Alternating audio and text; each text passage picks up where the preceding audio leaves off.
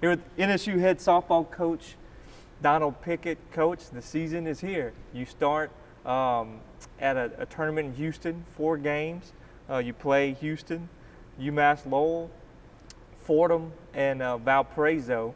Let's start with that. 2 of those teams went to the NCAA tournament, so certainly competition is high, even though most people might not be too familiar with some of those programs. What type of opportunity is this on an opening weekend? Well, I mean, it's a good opportunity to kind of see where we're at. I mean, weather's always a factor early in the season, and it's been tough on us this year. But we got outside a little bit this weekend, and the girls got on the field and looked pretty good. So we're excited about going down there. And Houston's a place where a lot of our kids are from. We got a lot of families going to be there to watch, and maybe some coaches and stuff that had some, they helped them along in their, career. But, so we're excited to go down there and see them, but also get to play quality teams. And, like you said, 2 of them's NCAA teams. And then I think UMass Lowell was like second in their conference last year. And Valparaiso's got, Callie Burke's little sister on their team, so we'll get to see them. And it's going to be a good weekend to go down there, and then we'll know a little bit more about where we're at, and then just have to get back to work. Whether we play well or we don't, we got to get back to work that next week. 30 wins last year. You were in a position in the conference tournament where you were in the winners bracket, won the first 2 conference tournament games, which is of course exactly where you wanted to be. How do you build off that? Almost everybody back, 3 or 4 pitchers. Technically everybody but 2 position players, but really you even got more than that because so many other players have experience. How do you kind of build off that going into this year? Well, we should use that momentum. I mean, I thought they did a very good job of finishing the season strong. We got a lot of experience, getting to play 4 games in that conference tournament with a very young team last year. So this year we were a little bit more experienced, and we had some things that we, last year that, was kind of bit us all year long, and hopefully we'll get over that hump this year, and it's a good opportunity this weekend to go do that. But I'm really excited about the team. The girls have really worked hard, and like you said, it's everybody's adjusting early in the year with the weather and everything like that, and they've not let that kind of kill the vibe. They've really stepped up and worked hard and did everything that we've asked them to do, and hopefully that'll translate onto the field. And it's a good group of kids that get along, and team chemistry is really good, and that's very important for us. Pitching, you said that this might be the deepest or the most varied pitching staff you've had in a long time, maybe in your 12 years here. 3 returners in Delafield, Guile, and Roden, and then you bring in a Jensen Howell who has experience at Louisiana Tech and LSU Eunice. How is that staff coming along? Well, I mean, they're definitely going to be a strong point of our team, and they've got the capabilities of really helping us win ball games and minimizing other teams' runs, and be able to keep people off balance when you have that many arms, that many different kids that you got really confidence in, and got a lot of confidence in those guys. They got a lot of experience. They've done a lot of great things so far in their careers, and we just hope they keep building off that and understanding that we need that consistency from them so we can be the team that we want to be and that we can be. 5 seniors on this team, 3 of them in the outfield: Kaylin St. Clair, Haley Barbizon, Elise Van Song. What type of leadership has this group provided? They've been productive. They've been 2- and 3-year starters in this group. How has that group kind of taken that next step for their last season?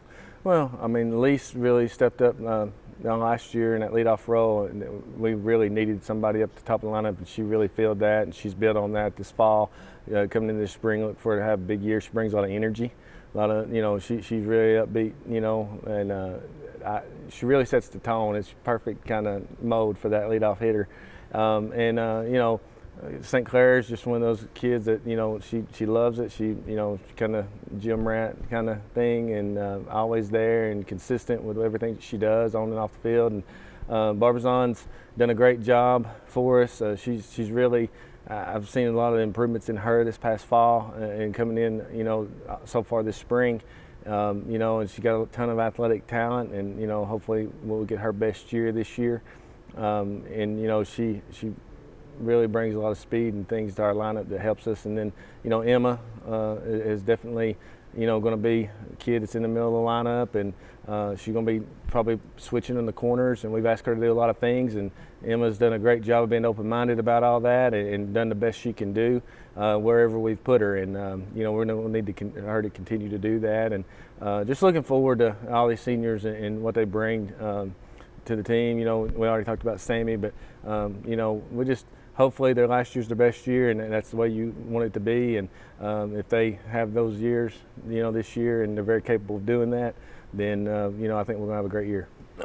People will notice familiar faces in the infield. Kayla Jones at second base, Perry behind the plate. Hawthorne, like you said, could be moving around. Maggie Black also in that mix, but you also have some new faces as well. How's kind of the infield shaping up overall? Well, I mean, it's been a competitive fall and spring, and you know, we got freshmen at shortstop with Keely DuBois, had a great fall.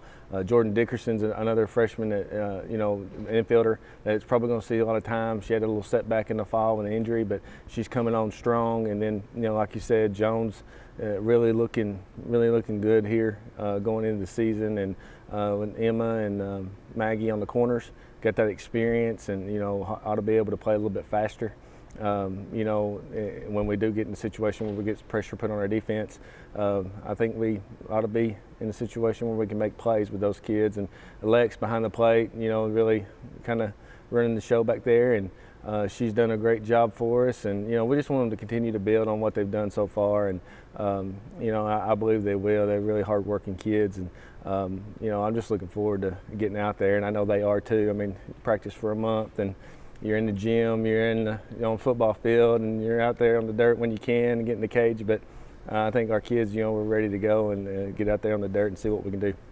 Being around some of these veterans this off season, I mean, you expect to compete for a championship every year, but this year it seems like that is, look, why not us?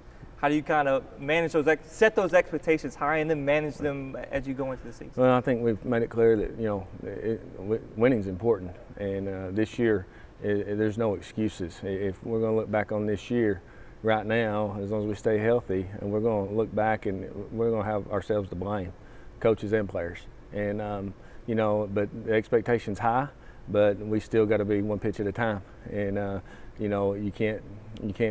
You know, it's not a sprint, it's a marathon, and we've got to take it one pitch at a time and do what we can do and build through the season and continue to improve, and hopefully put everything together toward the end to have a chance to do those things. Coach Donald Pickett, thank you very much. Thanks.